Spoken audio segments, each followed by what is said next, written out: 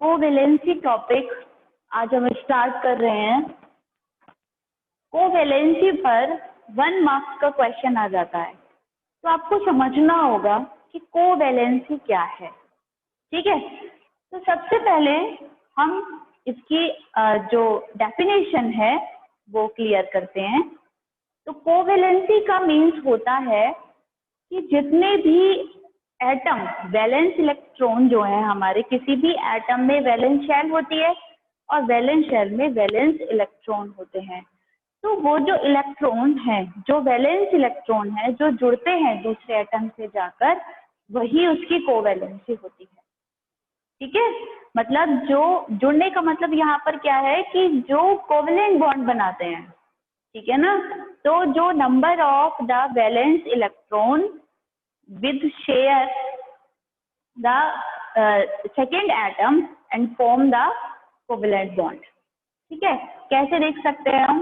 Suppose करिए ये Cl2 है, आपसे पूछा गया Cl2 मॉलिक्यूल है एक, उस पर बताइए Cl की कोवैलेंसी कितनी है। तो आप यहाँ पर देखेंगे जो Cl2 है उसको अगर मैं इलेक्ट्रॉन डॉट स्ट्रक्चर बनाऊं तो 2 Cl एटम है, हर Cl एटम में वैलेंस इलेक्ट्रॉन कितने हैं? 7। ठीक है, और यहाँ पर भी 7 है। मैंने दोनों एटम के वैलेंस इलेक्ट्रॉन को डिफरेंट साइन के थ्रू रिप्रेजेंट कर दिया है। अब मुझे पता है कि ये वाला Cl एटम इसका एक इलेक्ट्रॉन लेगा और ये वाला Cl एटम इसका एक इलेक्ट्रॉन लेगा। ठीक है, तो टोटल जो शेयरिंग के इलेक्ट्रॉन्स आए दैट विल बी द 2। मतलब इंडिविजुअल एटम ने एक एक इलेक्ट्रॉन देकर अपना ऑक्टेट कंप्लीट किया है। तो हम यहाँ कह सकते हैं कि इस Cl एटम की कोवैलेंसी 1 है और इस वाले Cl एटम की भी कोवैलेंसी 1 है। तो 1 जो है वो कोवैलेंसी है।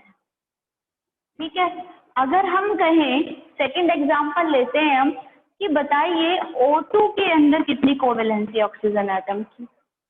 तो ऑक्सीजन एटम की कोवैलेंसी को हम देख पाएंगे 2 होगी। बिल्कुल सही है, क्योंकि हमने 2 ऑक्सीजन एटम ले रखे हैं और हम यहाँ देख रहे हैं 6 वैलेंस इलेक्ट्रॉन है हर एक एटम के पास। और ये क्या करेगा फिर? इससे 2 लेगा। बिल्कुल सही है। तो यहाँ पर ऑक्सीजन और ऑक्सीजन के बीच में डबल बॉन्ड फॉर्म हुआ, जो ये शो कर रहा है कि हर एक यानी कि इंडिविजुअल ऑक्सीजन एटम की कोवैलेंसी 2 है। हम एक और एग्जांपल लेते हैं H2O का, और इसमें देखते हैं कि यहाँ पर हमारे पास 2 डिफरेंट एटम है, सेम एटम नहीं है। अब एक हमारा ऑक्सीजन है, दूसरा हमारा हाइड्रोजन है। तो हम यहाँ देखेंगे कि ऑक्सीजन की कोवैलेंसी कितनी है और हाइड्रोजन की कोवैलेंसी यहाँ पर क्या है। उसको देखने के लिए हम क्या करेंगे? फर्स्टली हम यहाँ पर वही इलेक्ट्रॉन डॉट स्ट्रक्चर बनाएंगे, तो हमें इजी हो जाएगा देखना कि शेयर कितने कितने वैलेंस इलेक्ट्रॉन ने किया है। जितना शेयर किया होगा कोवैलेंट बॉन्ड बनाने के लिए, वही उसकी कोवैलेंसी हो जाएगी। तो हमने क्या करा, इस तरीके से स्ट्रक्चर बनेगी। हमने एक सबसे पहले में इमेजिनेशन स्ट्रक्चर बनाते हैं, है ना, कि इस तरीके से हम अगर सिंगल बॉन्ड रख दें तो हाइड्रोजन की वैलेंसी पूरी हो जाएगी, ऑक्टेट कंप्लीट हो जाएगा, इस वाले हाइड्रोजन का भी हो जाएगा और ऑक्सीजन का भी कंप्लीट हो जाएगा। तो हम अब यहाँ इलेक्ट्रॉन डॉट स्ट्रक्चर बनाते हैं। H के पास ओनली 1 इलेक्ट्रॉन, H के पास भी 1 और ऑक्सीजन के पास 6। अब इसने एक अपना लिया, इसने एक अपना लिया और ऑक्सीजन ने दोनों के लिए। तो यहाँ पर जो कोवैलेंसी है वो हाइड्रोजन की, यानी कि 2 हाइड्रोजन एटम हमारे पास हैं, हियर 2 हाइड्रोजन एटम, और इंडिविजुअल हाइड्रोजन एटम की कोवैलेंसी यहाँ पर 1 है। लेकिन ऑक्सीजन की कोवैलेंसी यहाँ पर कितनी है? 2 है।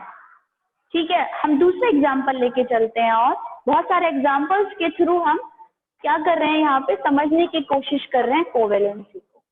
हम दूसरा स्ट्रक्चर बना सकते हैं अमोनिया NH3, और अगर हम NH3 में देखें तो बताइए NH3 में इंडिविजुअल एटम हो गए हमारे पास 4, 1 नाइट्रोजन एंड 3 हाइड्रोजन। तो यहाँ पर हमारी जो कोवैलेंसी होगी वो हमें इंडिविजुअल एटम्स की लिखनी पड़ेगी। ठीक है, तो हम क्या करते हैं, पहले सबसे पहले एक फिगर, एक स्ट्रक्चर अपने माइंड में हम एज्यूम कर लेते हैं कि ये वाला स्ट्रक्चर हो सकता है ना। तो हम उसका एक थोड़ा सा इमेजिनेशन करके हम क्या करते हैं, ड्रॉ कर लेते हैं। और यहाँ पर 2 इलेक्ट्रॉन्स हमारे बचेंगे जो कि नाइट्रोजन की 5 वैलेंसी। बिल्कुल सही। अब हम नाइट्रोजन की 5 वैलेंसी रखते हैं, 1 2 3 4 5। हाइड्रोजन भी हमारे पास 3 है। अब हम क्या करते हैं, तीनों हाइड्रोजन को ऑक्टेट कंप्लीट ऐसे करके हम बना देते हैं। और जो नाइट्रोजन है वो इन तीनों से भी लेगा, तभी अपना ऑक्टेट दिखा पाएगा।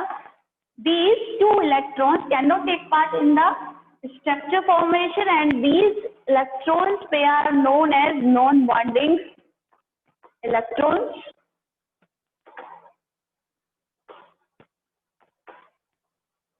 Which are not taking the participation in this structure formation. Bonding. ठीक है, तो ये नॉन बॉन्डिंग इलेक्ट्रॉन्स हैं, ये वाले 2। लेकिन यहाँ पर हम कोवैलेंसी की बात करें तो इंडिविजुअल 3 एटम्स हमारे पास है, तो सबकी जो कोवैलेंसी होगी दैट विल बी द 1, और केवल नाइट्रोजन की कोवैलेंसी यहाँ पर 3 होगी। तो इस तरीके से आप इस कोवैलेंसी टॉपिक को बहुत अच्छे से क्लियर कर सकते हैं। और भी बहुत सारे एग्जाम्पल मैं आपको बता सकती हूँ, जैसे हम SO2 ले सकते हैं। अगर हम SO2 ले और हम दूसरा एग्जाम्पल लेके चलते हैं दैट इज द SO2, हम यहाँ देख पाएंगे here 2 ऑक्सीजन प्रेजेंट। तो हम यहाँ पर क्या करते हैं, ऑक्सीजन बनाते हैं double bond O and double bond O। बनाना पड़ेगा हमें, क्योंकि ऑक्सीजन की वैलेंसी तो कंप्लीट ही नहीं होगी जब तक डबल बॉन्ड नहीं बनाएगा वो सल्फर के साथ।